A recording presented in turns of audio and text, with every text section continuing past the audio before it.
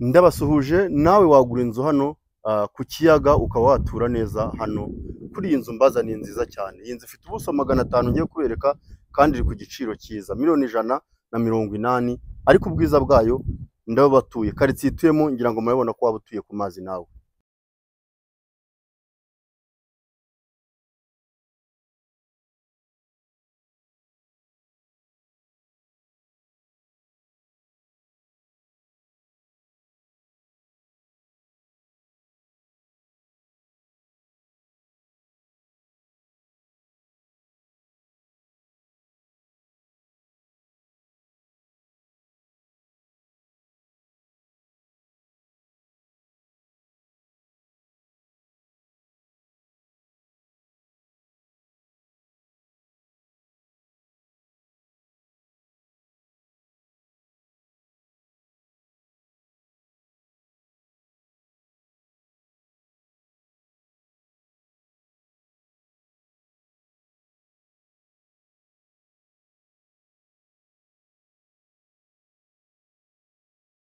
Wow, hariya ni abarobeshaga. Reka twinjirane urebe ubudasa bw'inzu.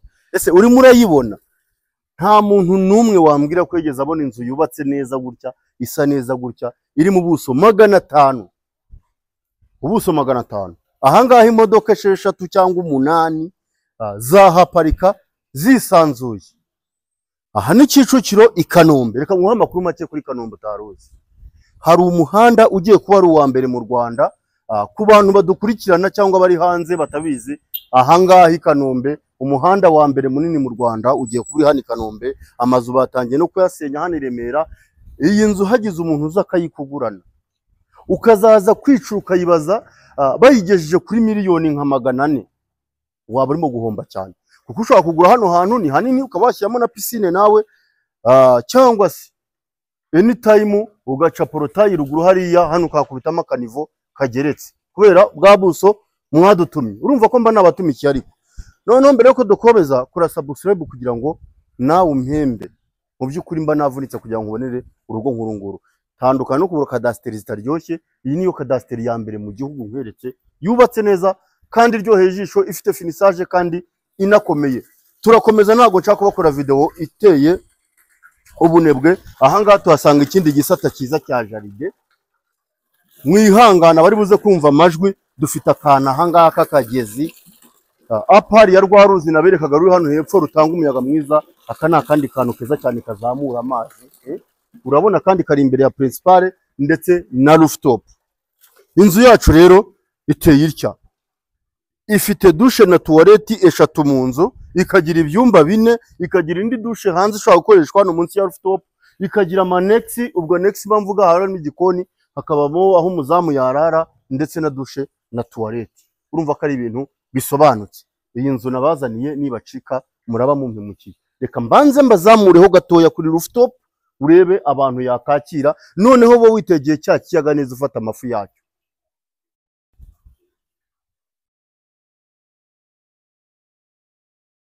Mwabibonye, reba ahantu ndi ni mu bicu. Mu bicu ntago ari wa munyamakuru twa mu bicu, ariko urabona ko dufite rooftop nziza cyane. Aha nahagera cameraman, karitsiye ndayigutura bureba kuntu nayo ari igikoko.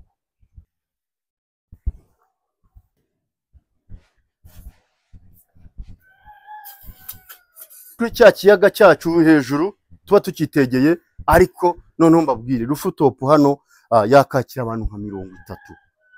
Ariko ibazo umanutse hano hepfo kuri kiriya kiyaga nakunze kukivuga, bakakurobera isamaki ukaza ukayirira kuri iyi rooftop. Mbabarira mbere yuko nabereka ubugari bwayo, ubanzu utembereze kamera barebe karitsiye inzu iherereyemo.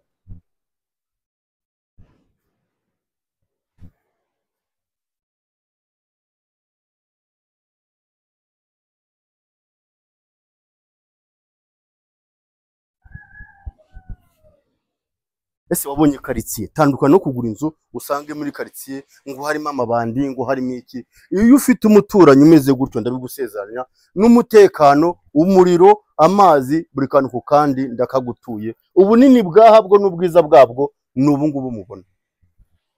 Twamanutse twururutse, urugendo rwacu rurakomeje rwo kutwinjiza mu bwiza n'ubudasa bw'inzu nabatoraguriye hano, navuga ko ari nko kwitoragura cyangwa se bavuga ko ari ugutoragura ingoma mu giteme mu kinyarwanda.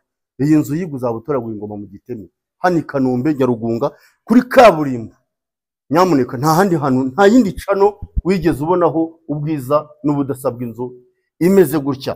Ahangaha mbabariruze gake gake, mu by'ukuri murebe finisage iri ahangaha. Wajya ku marange, wajya ku makaro, wajya kuri plafo, buri kantu kose hano ni VIP. Gura iyi nzu utandukanye no kugura kadasteri zidasobanutse. Uru rubaraza rungana gutya urufite ukarwicaramo, ufite naho kwicara kuri rooftop, ukaba ufite parikingi ingana kuriya. Yewe nihashaka zashira imyaka 10 anytime uzashyana gakutu kubitamo etage nawe uzamuke ugurishe nk'abandi bose. Reka dukomezanye, injira hano, karibu abanyerekere amadesign agiye arahangaha. Reba finisage. Ahangaha ushobora kuhinjira ukibeshya wenda ukavuga ati ngeze Mombasa cyangwa se ndi Dar es Salaam. Aha ni Kigali. Aha ni Kigali basigaye bazi kubaka gutya. Iki ni ikirahure gishobora kuba kiri kuri rwa rubaraza rundi. Ubwo dufite imbaraza ebyiri, uru ni urubaraza rwa mbere rwo kuri salo, uru ni urundi ndaza kurubereka ruri kuri master bedroom. Reka twinjirane gatoya ariko abanza banyerekere ubudasangira mu rugendo mubona, ariko hano hari ikintu cyitwa urugi. Nyamuneka buriya n'abafundi n'abahanga habamo abahanga baruta abandi. Ndebera uru rugi, urebe yivura, urebe uburyo design zikoze. Ntago mbatindira, iyo ubonye inzu imeze gutya ubu ndabiza amatsiko yabishe, ngo se ngo salon imeze gute, ngeze ngo master bedroom, ngo se ngo igikoni. Twinjirane, karibu karibu mbereke iwabo w'urugo. Njyewe nahisemo kujya mbazanira imari abandi bakomisiyoneri batabona. Iyo nkubwiye ngo ngende CEO wa company, niyo mpamvu nigira kuri tele ntatumye umukozi, nanjye nkamenya ngo ese ikintu kiri gukura umukozi umukiriya wanjye ni igiki. Reba ubudasa mu by'ukuri. Ese iyi TV stand yitegereje n'amaso yawe nayo wagira ngo ni televiziyo. Ubu ni ubwiza buhuye no kwisiga mu kinyarwanda, ntago ari nge wakizanye, ariko buri inzu none ahangaha ngenda bizi. Apari ya komisiyo uzampa na tipu. Aya makaro yo murayazi, n'ayimbaho ntabwo ajya acuya. Mbese iyi nzu wayigura ikaba ari mirire na mirire. Iyi yagusajisha. Ese wabanyerekeye plafo imeze gutya idafite akajagari, irimo amarange meza, amatara aryoshye. Urugendo rwacu rwakomeje, ntabwo mbatindira uyu munsi. Ndebera ibi ngibi ushaka kwibeshya wese ni igitambaro bashyizeho, iri ni irange ryozwa n'amazi. Ubwo guzi iyi nzu hehe na humidity. Ibyumba 4 dushe na toilette 3, amanegisi kuri kaburimbo, $180,000 ntucikwe. Ese wari uzi ko dufite saramanje imeze gutya, ingana gutya? Reba ino saramanje mu by'ukuri. Buri inzu yubatse mu buso bunini, iyo ugezemo imbere niyo twaka UPI biba byiranga. Kuko iyo ubonye gutya saramanje ingana gutya, wabonye irasaro, wabonye parikingi bikanu, kandi uhita ubona ko inzu ari ngari bwa buso iburi. Ndebera, reba ibi bikoresho biri kuri iyi nzu. Ntazagira umuntu wajya kukubeshya ngo i Kanombe ngo haba ngambuti yaje ngo ibiki. Reba itara, reba buri kantu kose. Fata iminota yawe nk'icumi cyangwa 8 ngiye gukoresha ugura inzu baje kwitegereza. Ahangaha iyo uhagaze aha urebeye inzu ushaka kwibeshya kuri Kibagabaga cyangwa Kagarama cyangwa hehe. Abahanga bose basigaye bazi kubaka. Twakomejanyije ahangaha wahashyira udutebe two gufatiraho ifunguro. Reba design, reba icyo bita design. Iki gikoni cyo ndabona ntacyo nakivugaho. Cyokoza wenda nje nakugira inama nk'umuntu wayigura. Ahangaho ushobora ukuntu bajya bakubitamo agatabure gutya bagashyiraho udutebe ku buryo naho waharira uko ufite options ebyiri. Urabona ko dufite igikoni cyiza cyane gifite ibikoresho byiza, plafond n'igipusamu, tukagira umwanya hano wa gazi kuka, tukaza kugira firigiri dubure nayo, urwogerezo, ndetse ukagerekaho reba nado imyeru. Ahangaha atandukana n'umukozi utagira isuku uzuture muri iyi nzu waba uyiguze. Cyangwa se reka nkugiye n'inama reka, iyi nzu ushobora kuyigura tuvuga uri Canada cyangwa Amerika cyangwa uri Nyarugenge, ukaba wavuga ati ngewe iyi nzu reka nyigure nyikubitemo umupangayi, naguje wenda bank amafaranga, nabyo birashoboka. Iyi nzu totaloma ahangaha niyo waca miliyoni ukwezi bitewe n'ukuntu iyi nzu igaragara nuko isa, ntugire impungenge kuko turanarentinga tugurisha ibibanza tukagurisha amazu tukanakodesha n'amazu. Iyi nzu ni diro izanzugura zikajya zirengura ku isoko.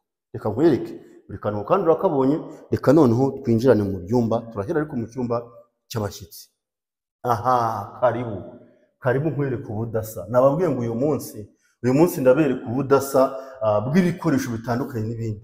Mbabarira ubanza ubanyerekere twinjirane mu cyumba cy'abashyitsi urebe nawe dushe nziza. Buri umushyitsi mujye mumufata neza, utamushyize muri iyi dushe ngo ayogeremo kugaruka byagorana, ariko ahora gukumbura avuga ati uyu muntu yanjyanye ahantu heza. Karibu. Iki cyumba nta hantu ushobora kubona icyumba kingana gutya. Utaguze inzu iri mu buso 500 ntago wabona icyumba kingana gutya. Finisage ni ya yindi uturuka hanze kwenda winjira mu nzu. Iyi nzu ntigucike. Reka mbereke mu bindi byumba. Ngira ngo karibu. Inzugi zo ni muvura. Witonde urebe akantu kandi tuvuye ku gisata. Burya inzu bigabanyijemo nk'ibice bibiri. Iki ni ikindi gisata tugiyemo kirimo ibyumba 3, ari naho muza gusanga icyumba cy'urugo. Nyamuneka tujye guhera ku cyumba ariko ntuze kwibeshya uvuge ngo ni master bedroom. Karibu dukomezanye uze tugende tubereka ubwiza. Banzo bamperereze hano. Burya ushobora kuza uvuye hehe n'iki, inkweto zikurira aha ngaha ukazipereka aha ngaha. Urumva ko ibintu byacu biri kirere. Twinjirane dukomezanye. Nyamuneka nanjye naguze iyi nzu ntaraje umwana wanjye aha ngaha muri iki cyumba, mvuye kubereka icy'abashyitsi, ariko nanjye umwana wanjye yandara ruhande aha ngaha. Icyumba cyegereye master bedroom. Twasurana inyuma gatoya, ndagira ngo tugende tugendana ntimugire ikibazo. Ndabanza mbereke dushe nayo nziza irimo aha ngaha. Nyamuneka urebe shower irimo, urebe ibirahuri, toilette na lavabo. Ese ibi bintu hari icyo wangaya? Noneho dusubiye inyuma gatoya, urabona ko dufite urugi hano rushobora kuba rwajya kuri ya manexe nababwiraga. Buri ugomba kuba ufite ahantu nyine uraza umukozi kamemu twakinjira aha ngaha. Nyamuneka ibi byumba byose ubireba bishobora kwicwa muri master bedroom. Ibi ni ibyumba binini kandi ndababwira ko mu gikari hose harapavomye, harimo amakara ameze gutya, buri kantu ku kandi ni ibintu biri perfect. Reka kwanza gatoya mbacishizemo akantu gato cyane ariko ni nko kubarobesha inyuma mu gikari muri kuntu bimeze. Twageze hanze hanini cyane. Aha naho kwanikira, uhindukize kamera. Ese ukunda agasombe? Ukunda ibishyimbo se? Mbwira igishyiga naryo twararikuzaniye. Ubwo inzu z'umukozi zo ni hari inyuma n'ikigega kiri hejuru. Ntimugire ikibazo. Reka twinjirane mbereke umutima w'urugo, icyo bita master bedroom. Karibu iwacu w'umuryango. Iyo mfunguye ruriya rugi mbahaye ikaze muri master bedroom mu by'ukuri, cyangwa se icyo twakwita chambre principale bitewe n'ururimi ukoresha. Ndebera mu by'ukuri. Ese iyi dushe ureba icyo kirahure ntabwo gikunda kukibona mu ma etage ya miliyoni 300. Aha naho ntakikuzaniye kirimo miliyoni 180. Ntugire ngo ndakubeshya. Akantu kandi hano biri setting VIP area Kagarama nziza cyane. Nugera hano waba uturanye n'ahantu heza cyane hasobanutse mu by'ukuri, nawe ugaturana n'abeza. Ariko umbabarire wigire hano imbere ubanyerekere ya MDF. Reba icyo bita garde-robe. Nyine urumva icyo bisobanuye ni kwa nyiri rugo. Urumva nyine agomba kuba afite garde-robe nziza cyane. Iyi ni vestiaire cyangwa se dressing room. Nababwiye ko yaba igifaransa biterwa n'icyo ukoresha cyangwa icyongereza. Ndebera finisage aha ngaha. Ibi nanjye rero nahageze ibintu byari byo. Ndabona ari ibintu binyerera ariko binasa neza, tukagira amatara meza aha ngaha. Nibaza ko wenda muri design yashatse kwerekana ko igitanda wagitera gutya ukaba uryamye neza. Iyi nzu ni nziza ntigucike mu by'ukuri. Ariko hariya kameramani garuka hano gutya tubereke rwa rubaraza nigeze kubabwira. Umuntu warebye ntahita afa tugakomezanya. Uru ni rwa rubaraza rwo muri chambre principale, ahantu ushobora kuba wafatira umuyaga.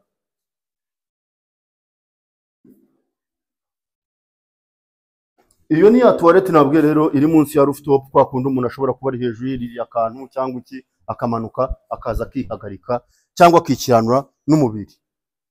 Ubizi neza iyi nzu wayikunze, wenda igiciro nicyo cyakunanira, ariko wanasura ukareba muri channel yacu haba harimo n'izindi ushobora kuza ukigurira ku giciro kiza nk'icy'umuneke. Kuko iyo nkubwiye ngo miliyoni 180 ibyumba 4 dushe na toilette 3 ubuso 500 hano ku kiyaga bo twatangiranye mwabibonye i Kanombe Kicukiro wabuguze neza. Iyo numero urayiduhamagaraho cyangwa utwandikire utuvugisha aho waba uri hose, waba uri hanze, waba uri mu gihugu Nyarugenge, turagufasha kukugeza kuri inzu nziza. Kandi ndabasaba kugira ngo amahoro y'Imana agomeza abane namwe, mujye n'amafaranga.